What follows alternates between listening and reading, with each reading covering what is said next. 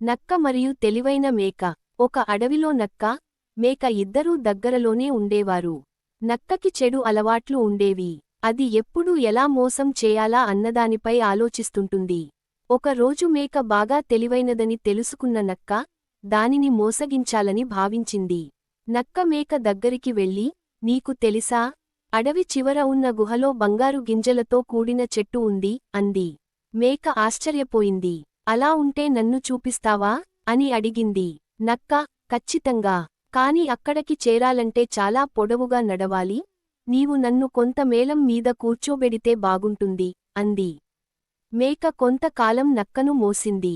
అయితే గుహ కనిపించకపోవడంతో మేకకి సందేహం వచ్చింది. వెంటనే మేక ఓ ప్రక్కన ఉన్న నీటి తొట్టిలో నక్కను తోసేసింది. నక్క తడిసి పారిపోయింది.